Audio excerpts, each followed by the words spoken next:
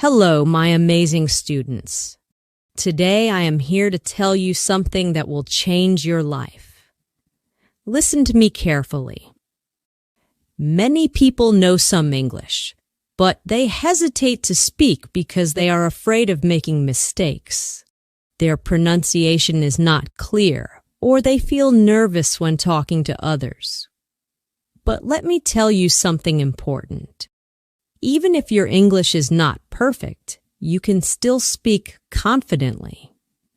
Today, I will show you how to improve your pronunciations. But let me tell you something important. Even if your English is not perfect, you can still speak confidently. Today, I will show you how to improve your pronunciation, how to sound natural, and how to speak English with confidence. If you follow what I tell you, you will never feel shy or afraid to speak again. Let's talk about a common problem. Many people understand English. They can read and write. But when it's time to speak, they become nervous. Why? Here are some reasons. 1. Fear of making mistakes. You think, what if I say something wrong? 2. Worry about pronunciation. You feel like you don't sound natural. 3. Lack of practice. You never practice speaking, so you are not confident. 4. Thinking in your native language first.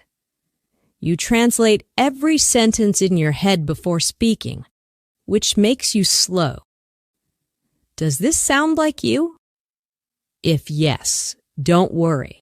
I am going to give you the perfect solution. If you want to speak English fluently, your pronunciation should be clear.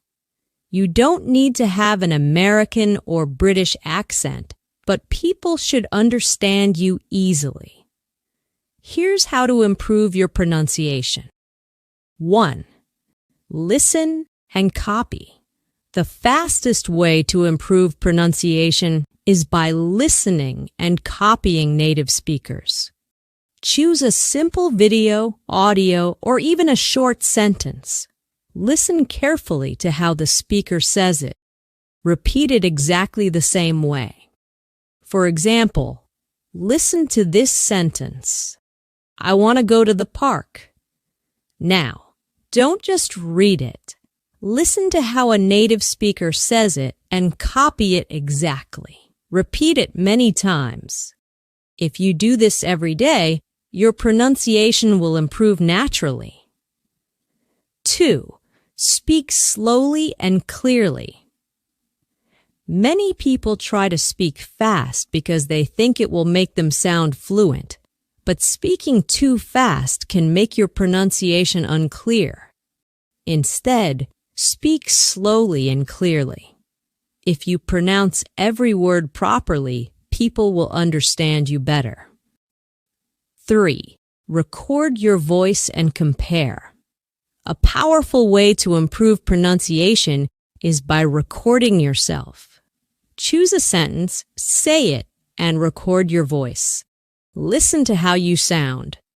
Compare it with a native speaker and correct yourself.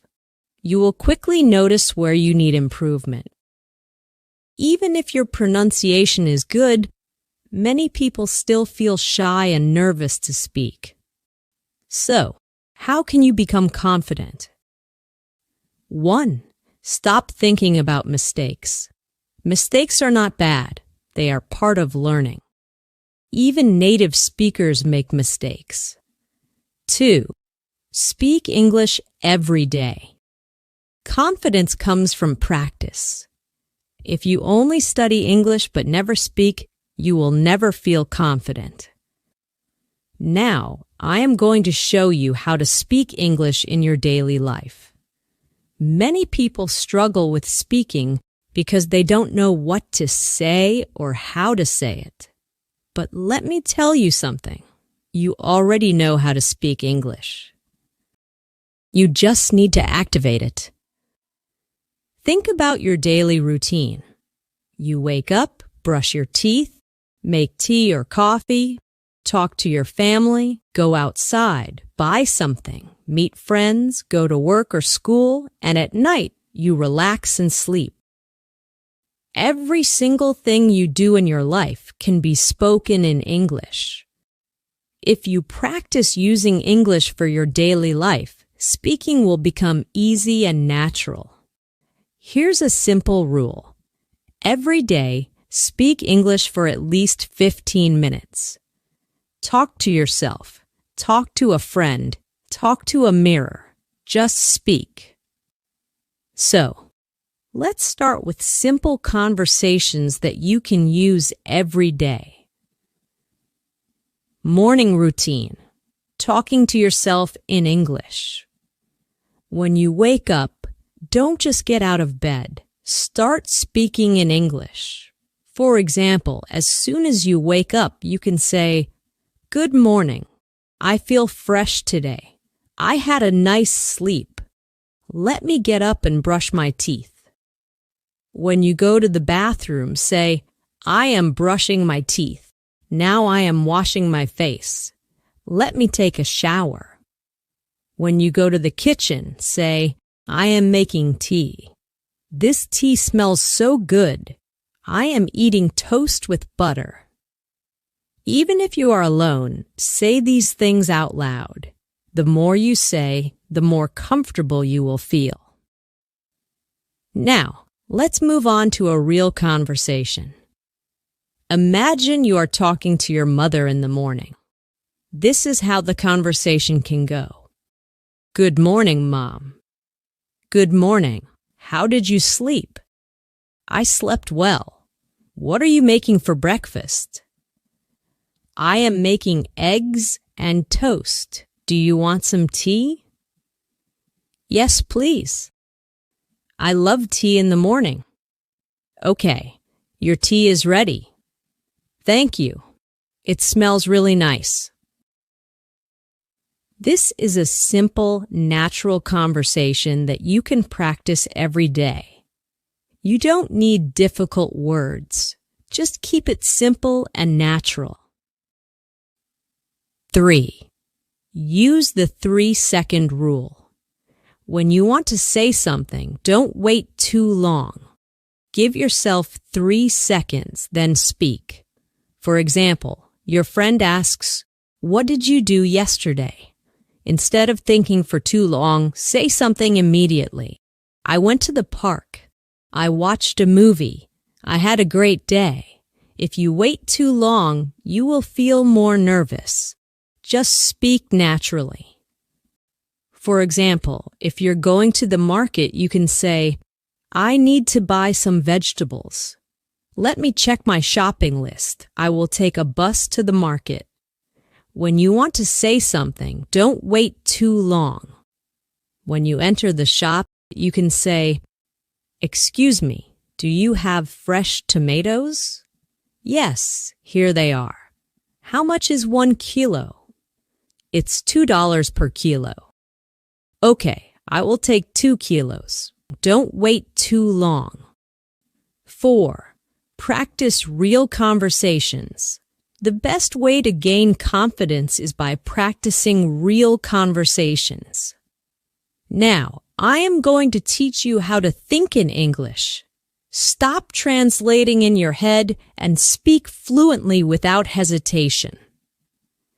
This is the ultimate key to fluency. If you want to speak English naturally, you must train your brain to think in English. If you keep translating from your native language to English, you will always be slow, and your sentences won't sound natural. But don't worry, I will show you exactly how to start thinking in English, even if you are a beginner. Why do you need to think in English? Many people study English for years but still struggle to speak fluently. The main reason is they don't think in English. For example, imagine you want to say, "I am going to the market." If you think in your native language first, your brain will do this. 1. Think in your native language. 2. Translate to English. 3. Speak. This takes time. Instead, you must train your brain to think directly in English so that you can speak instantly.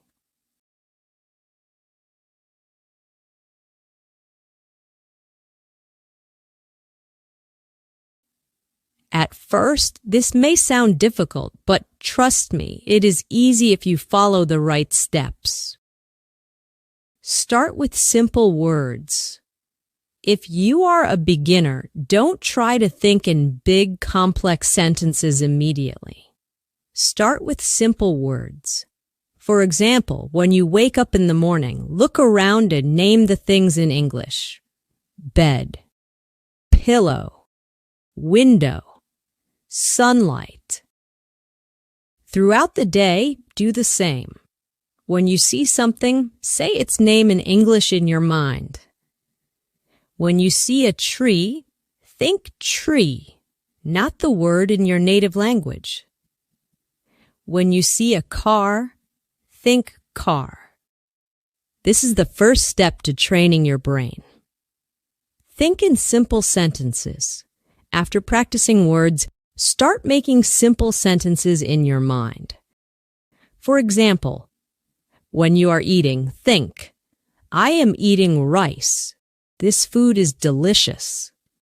If you are brushing your teeth, think. Don't translate.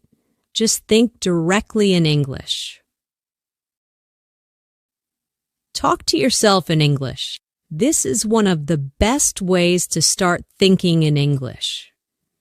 Every day, spend 5 to 10 minutes talking to yourself in English. For example, when you are getting ready in the morning, say, I am choosing my clothes. I will wear a blue shirt today. When you are walking outside, say, I see a little girl playing. The weather is nice today. Watch and listen to English every day. The more you listen to English, the faster your brain will start thinking in English. Watch English movies and videos with subtitles at first. Listen to English podcasts while doing other activities. Read simple English books and articles. If you only listen and read, you will not improve quickly. You must speak. Even if you make mistakes, don't stop. Talk to friends, family, or even a mirror. The more you speak, the faster you will think in English. Here's how to stop hesitation and speak fluently. Don't think too much. Just speak. If you forget a word, don't stop. Find another way to say it. Use simple words and short sentences first. Don't be afraid of what others think. For example, if you want to say, I lost my keys and I can't find them, but you forget the word lost, you can say, I don't have my keys. I don't know where they are. This way, you are still speaking English without hesitation. If you follow this plan every day, your brain will automatically start thinking in English.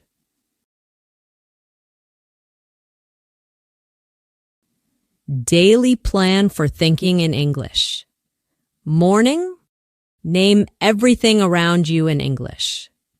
Afternoon, make simple English sentences in your mind.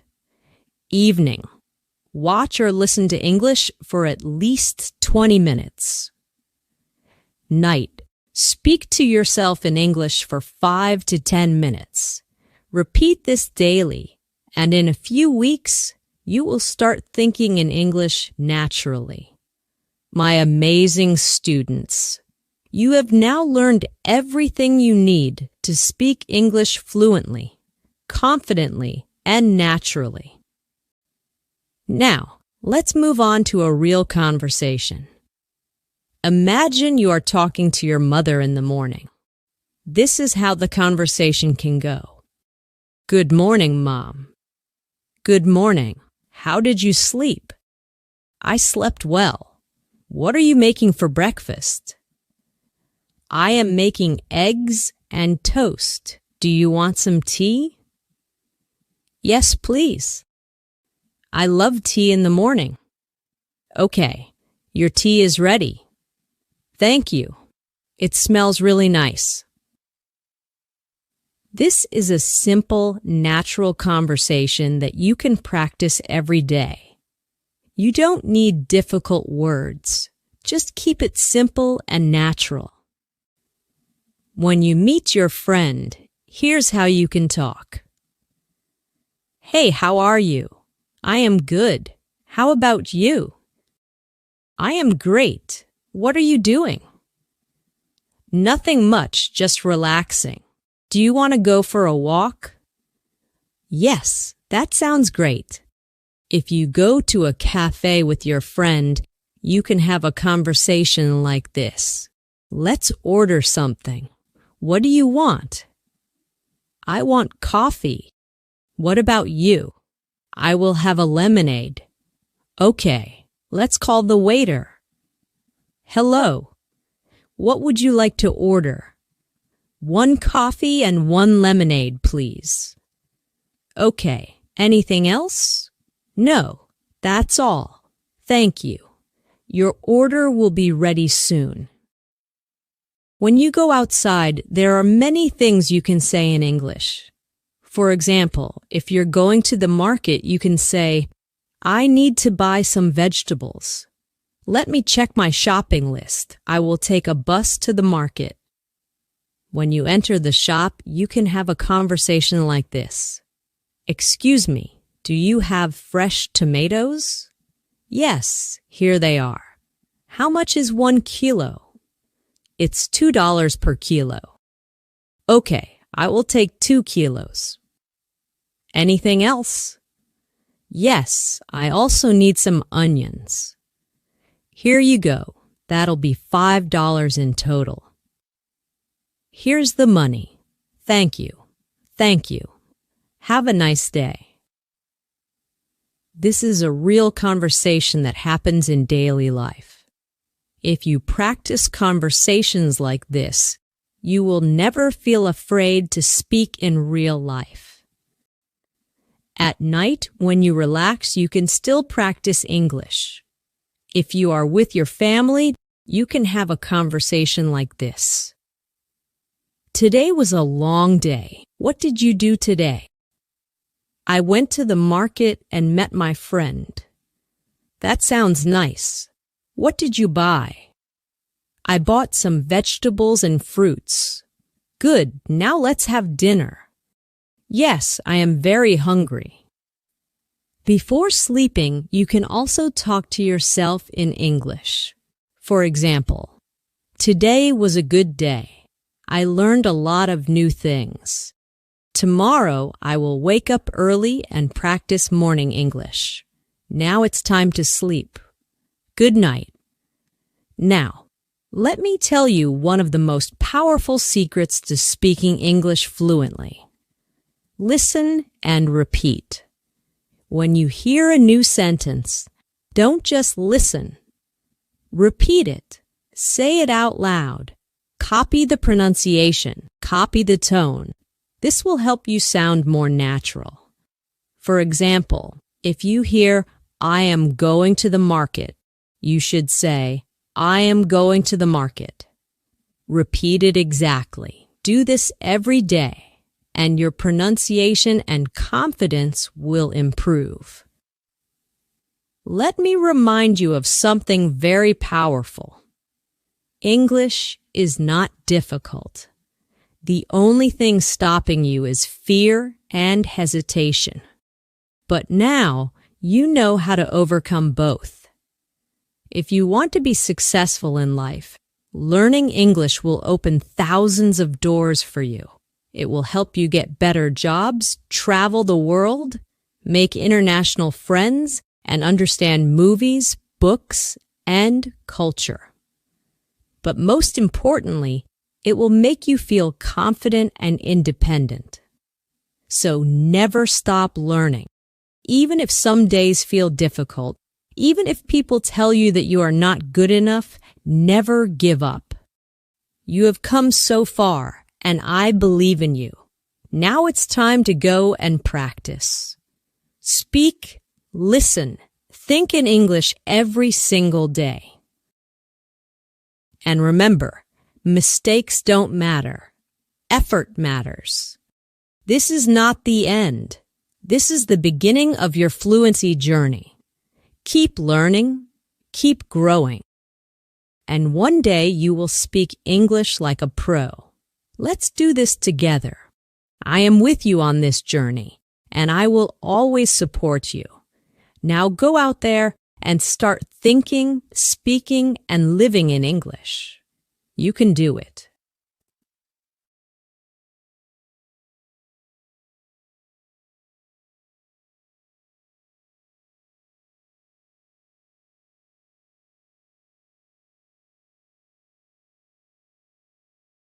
Hello, English learners. Welcome back to English Podcast. I'm Emma. And I'm Justin. How are you today, Emma? I'm doing great, and I'm excited because today we're talking about something we all use every day, social media. Yes, social media is everywhere, and it has its good and bad sides. Today we'll talk about both in simple, easy English. And we'll teach you useful words and phrases so you can talk about social media confidently.